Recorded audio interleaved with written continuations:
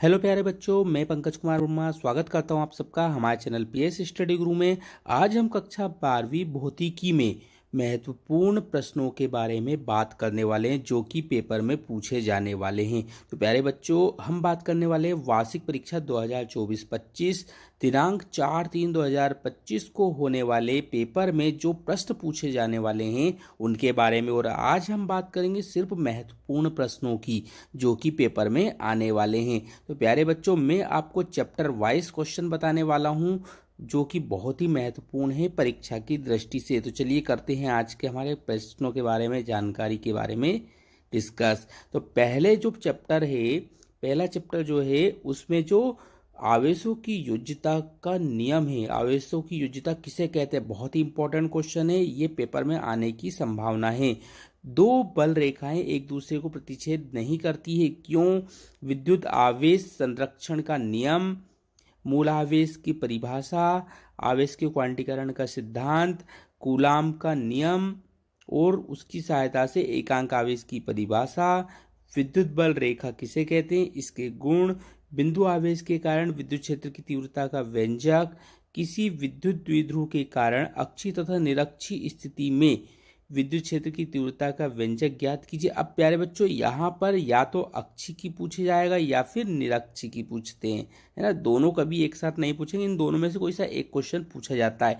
एक समान विद्युत क्षेत्र में विद्युत द्विध्रुव पर लगने वाले बल आघूर्ण का व्यंजक, गॉस की प्रमेय लिखिए और सिद्ध कीजिए। गॉस की प्रमेय की सहायता से कूलाम के व्युत्क्रम वर्ग के नियम की उत्पत्ति कीजिए। यहाँ पे गॉस की प्रमेय से कूलाम का नियम हमें सिद्ध करना है।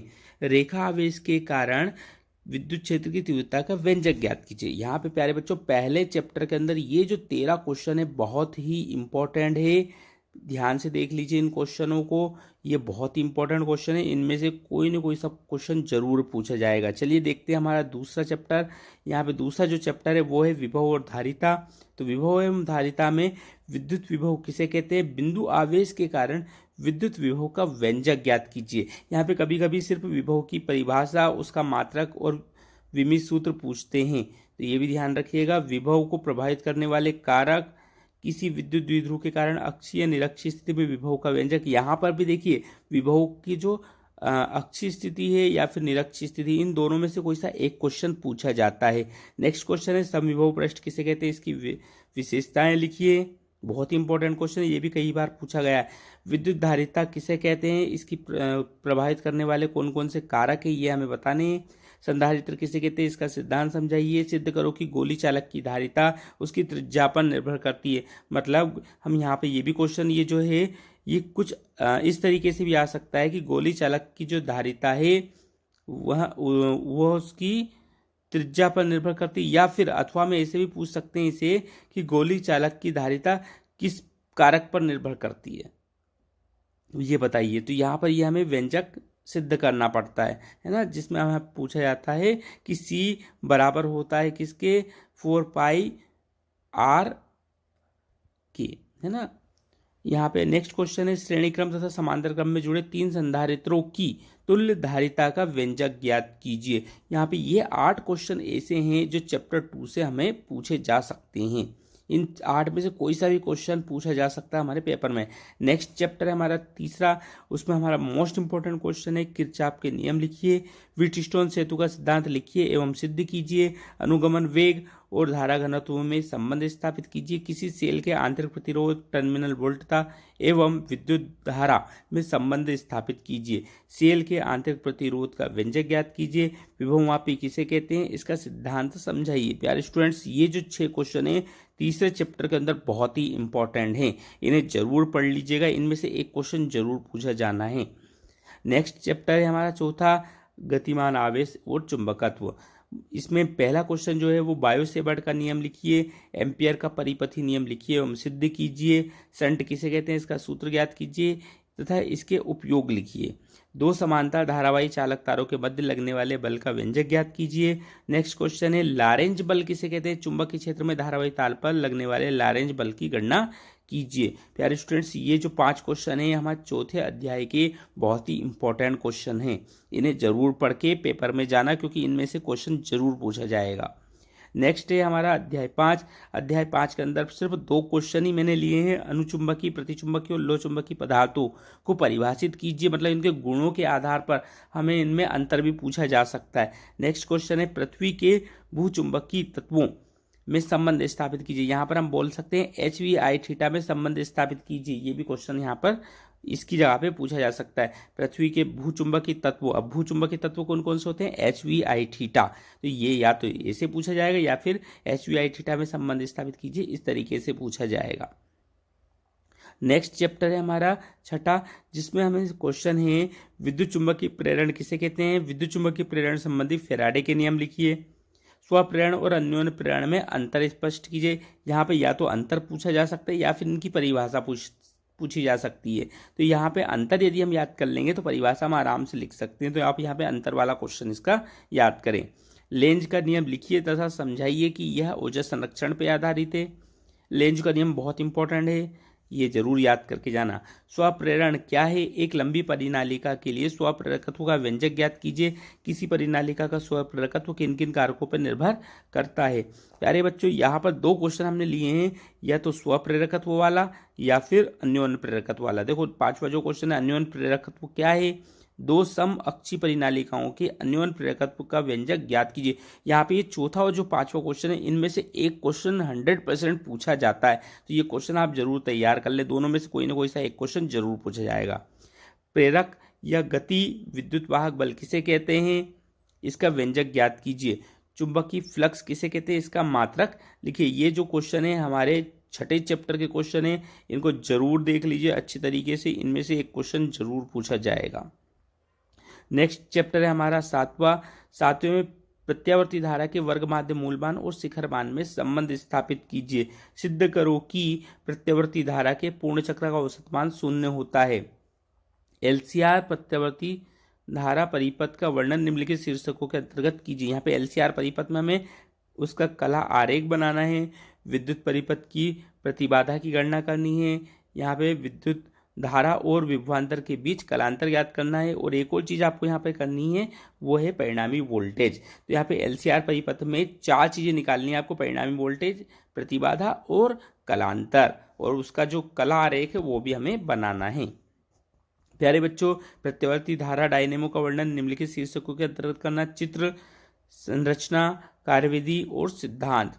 ट्रांसफार्मर का वर्णन हमें निम्नलिखित शीर्षकों के अंतर्गत करना है: चित्र, संरचना, कार्यविधि, सिद्धांत। और इसमें एक चीज और करिएगा आप, ऊर्जा हानि। यहाँ पे ट्रांसफार्मर में ऊर्जा हानि कहाँ कब कब होती है, किस उनके क्या नाम है ना, उनका निवारण क्या है ऊर्जा हानि से बचने का, ये हमें जरूर पढ़ना है। यहाँ पे LCR श्रेणी परिपथ अनुनाद को समझाइए। यहाँ पे इस क्वेश्चन को 6ठे प्रश्न को कुछ इस तरीके से भी पूछा जा सकता है। देखो 8वें में हमने लिख के दिया है, श्रेणी अनुनादी परिपथ को समझाइए तथा इसकी आवृत्ति ज्ञात कीजिए। यहाँ पे 7वां जो प्रश्न है वो है PAV बराबर VRMS IRMS cos फाई। बहुत ही इंपॉर्टेंट क्वेश्चन है, ये भी पेपर में कई बार पूछा जा चुका है और अभी भी पेपर में आने की संभावना है। 9वां क्वेश्चन है वाटहीन धारा किसे कहते हैं। तो ये 9 जो क्वेश्चन है वो है हमारे अध्याय 7 के, है ना। बहुत ही इंपॉर्टेंट क्वेश्चन है प्यारे बच्चों, इन्हें जरूर कर लीजिएगा। देखो यहाँ पे अध्याय 7 जो है उसमें हमने ये सिर्फ 9 क्वेश्चन लिए। 9 में से ये 2 क्वेश्चन तो एक जैसे हैं, 6ठा और 8वां। चलिए नेक्स्ट है अध्याय 8। अध्याय 8 में विद्युत चुंबकीय तरंगों की प्रकृति और गुणों का वर्णन करना। विद्युत चुंबकीय तरंगे कौन कौन सी होती हैं, है ना, उसकी प्रकृति कैसी होती है, उनका हमें गुणों के आधार पर वर्णन करना है। यहाँ पे अगला जो क्वेश्चन है अवरक्त किरणें, परावैंगनी किरणें, एक्स किरणें, गामा किरणों के समझाइए। यहाँ पे इन 4 में से अवरक्त, परावैंगनी, एक्स और गामा, इन 4 में से कोई ना कोई सा एक जरूर पेपर में पूछा जा सकता है। नेक्स्ट है आयन मंडल क्या है। रेडियो प्रसारण में आयन मंडल की भूमिका समझाइए। ग्रीन हाउस प्रभाव किसे कहते हैं। कोहरे में देखने के लिए किन किरणों का उपयोग करते हैं और क्यों। फोटोग्राफी के डार्क रूम में लाल रंग का हल्का प्रकाश रखा जाता है, क्यों। ओजोन परत वायुमंडल में कहाँ स्थित होती है। पृथ्वी पर जीवन के अस्तित्व के लिए ओजोन परत आवश्यक है, क्यों। ये हमारे 7 जो प्रश्न हैं ये हमारे 8वें अध्याय के हैं। बहुत ही इंपॉर्टेंट प्रश्न है, ये कई बार पेपर में पूछे जा चुके हैं और इस बार भी इनमें से आने की संभावना है। नेक्स्ट हमारा 9वां चैप्टर है। 9वां चैप्टर में से एक न एक व्यंजक जरूर पूछा जाएगा और मैंने यहाँ पे आपके व्यंजकों की पूरी लिस्ट बना रखी है। देखिए यहाँ पे कौन कौन से लिए। दर्पण की फोकस दूरी और वक्रता त्रिज्या में संबंध स्थापित कीजिए। दर्पण सूत्र किसे कहते हैं, इसका सूत्र स्थापित कीजिए। देखो, दर्पण की फोकस दूरी तथा वक्रता त्रिज्या में संबंध स्थापित कीजिए। तो दर्पण की फोकस दूरी क्या होती है, स्मॉल एफ होती है, और वक्रता त्रिज्या क्या होती है, कैपिटल आर होती है। तो कैपिटल आर बराबर होता है 2f, है ना। ये यहाँ पे पूछा जा सकता है आपसे। दर्पण सूत्र क्या होता है, 1/f बराबर 1/v प्लस 1/u होता है। पूर्ण आंतरिक परावर्तन किसे कहते हैं, इसके लिए आवश्यक शर्त लिखिए तथा सूत्र ज्ञात कीजिए। यहाँ पे पूर्ण आंतरिक परावर्तन का बहुत ही इंपॉर्टेंट क्वेश्चन है ये, इसका सूत्र हमेशा पूछा जाता है। लेंस सूत्र किसे कहते हैं, जैसे हमारा दर्पण सूत्र था वैसा ही हमारा लेंस सूत्र होता है, लेकिन बस दर्पण सूत्र में प्लस लगा होता है, लेंस सूत्र में माइनस लगा होता है। दो लेंसों को संपर्क में रखने पर संयुक्त फोकस दूरी का व्यंजक ज्ञात कीजिए। 1/F बराबर 1/F1 प्लस 1/F2, ये वाला सूत्र यहाँ पे पूछा जा सकता है। गोली पृष्ठ से अपवर्तन का व्यंजक ज्ञात कीजिए। प्यारे बच्चों, बहुत ही इंपॉर्टेंट क्वेश्चन है ये भी, μ-1/r वाला, है ना, इसे याद करके जाना, ये भी बहुत बार पूछा जा चुका है। प्रिज्म से अपवर्तनांक का व्यंजक ज्ञात कीजिए। अब यहाँ पे प्रिज्म से अपवर्तनांक का व्यंजक क्या होता है हमारा, म्यू बराबर, आपने देखा होगा म्यू बराबर sign a plus del m/2 बटे में साइन a/2, ये वाला क्वेश्चन है, बहुत इंपॉर्टेंट क्वेश्चन है, ये करके जरूर जाइएगा। यहाँ पे सरल सूक्ष्मदर्शी तथा संयुक्त सूक्ष्मदर्शी का वर्णन निम्नलिखित बिंदुओं के आधार पर कीजिए। किरण आरेख और आवर्धन क्षमता। अब प्यारे बच्चों, इस पे से सरल सूक्ष्मदर्शी और संयुक्त सूक्ष्मदर्शी दोनों कभी एक साथ नहीं पूछेंगे, इन दोनों में से एक क्वेश्चन जरूर पूछा जाना है। दोनों में से एक क्वेश्चन आएगा, इसे 100% आप याद करके जाइएगा। तो यहाँ पे ये जो 8 प्रश्न हैं ये हमारे अध्याय 9 के हैं, देख लीजिए आप, बहुत ही इंपॉर्टेंट क्वेश्चन है, इनको जरूर आप पढ़ लीजिए। चलिए आते हैं अपन 10वें अध्याय पे। 10वें अध्याय में मात्र 4 क्वेश्चन हमने लिए हैं। हाइगन का तरंग सिद्धांत किसे कहते हैं, देखो, एक न्यूटन का कणी का सिद्धांत होता है, एक हाइगन का तरंग सिद्धांत होता है, दोनों में से कोई सा एक क्वेश्चन पूछा जाता है। तो हमने यहाँ पे हाइगन का लिया है क्योंकि ज्यादा संभावना हाइगन की है। हाइगन का द्वितीयक तरंगी का सिद्धांत क्या है, यहाँ पे हाइगन ने तरंग सिद्धांत के आधार पर द्वितीयक तरंगी का सिद्धांत बनाया था, है ना, तो उसे आप जरूर पढ़ के जाइएगा। व्यतिकरण किसे कहते हैं, समझाइए कि व्यतिकरण की घटना ऊर्जा संरक्षण पर आधारित है। सिद्ध करो कि परावर्तन द्वारा ध्रुवण में परावर्तित किरण तथा अपवर्तित किरण एक दूसरे के लंबवत होती है। यहाँ पे IP + R = 90 डिग्री वाला क्वेश्चन जो है वो बहुत ही इंपॉर्टेंट है, पूछा जा सकता है अध्याय 10 में। देखिए प्यारे बच्चों, 11वें अध्याय में भी हमने यहाँ पे 4 ही क्वेश्चन लिए हैं। अब वो 4 क्वेश्चन कौन कौन से हैं, बहुत ही इंपॉर्टेंट क्वेश्चन है, जरूर कर लिएगा। पहला क्वेश्चन है हमारा, द्रव्य तरंग किसे कहते हैं, तरंग के तरंग धैर्य के लिए डी ब्रागली सूत्र लिखिए। नेक्स्ट क्वेश्चन है, आइंस्टीन का प्रकाश विद्युत समीकरण ज्ञात कीजिए। नेक्स्ट क्वेश्चन है, निम्नलिखित को परिभाषित कीजिए। यहाँ पे छोटी छोटी परिभाषाएं हैं, इन्हें हमें पढ़ना है। प्रकाश आयनिक उत्सर्जन, तापायनिक उत्सर्जन, दहलीय आवृत्ति, कार्यफलन और प्रकाश विद्युत प्रभाव। यहाँ पे प्रकाश विद्युत प्रभाव के नियम भी हमसे पूछे जा सकते हैं। तो ये हमारे 11वें अध्याय के प्रश्न हैं। 12वें अध्याय में भी हमारे पास ज्यादा क्वेश्चन नहीं है, लेकिन यहाँ पे जो भी है बहुत ही इंपॉर्टेंट क्वेश्चन है। यही 6 क्वेश्चन हमें पढ़ना है। थॉमसन के परमाणु मॉडल को समझाइए तथा इसकी लाभ हानि लिखिए। रदरफोर्ड के परमाणु मॉडल की मुख्य विशेषताएं लिखिए। बोर परमाणु मॉडल के अभिग्रहित लिखिए। हाइड्रोजन स्पेक्ट्रम की रेखाओं की व्याख्या बोर मॉडल के आधार पर कीजिए। उत्तेजन ऊर्जा, आयनीकरण ऊर्जा और आयनीकरण विभव को समझाइए। हाइड्रोजन परमाणु के प्रथम कक्षा की त्रिज्या की गणना कीजिए। यहाँ पे नेक्स्ट चैप्टर है हमारा 13वां, उसके अंदर हमने 4 ही क्वेश्चन लिए हैं। नाभिकीय ऊर्जा क्या है, या फिर नाभिकीय बल किसे कहते हैं, ये भी पूछा जा सकता है। नाभिकीय विखंडन और नाभिकीय संलयन को समझाइए, है ना। या तो यहाँ पे नाभिकीय ऊर्जा की परिभाषा पूछते हैं, या फिर नाभिकीय विखंडन और नाभिकीय संलयन, दोनों में से कोई सा एक प्रश्न पूछा जाता है। समस्थानिक, संभारिक तथा समन्यूट्रॉनिक किसे कहते हैं, उदाहरण सहित समझाइए। नाभिकीय बलों के महत्वपूर्ण गुण लिखिए। तापायनिक न्यूट्रॉन किसे कहते हैं। ये 4 क्वेश्चन अध्याय 13 के बहुत ही महत्वपूर्ण है।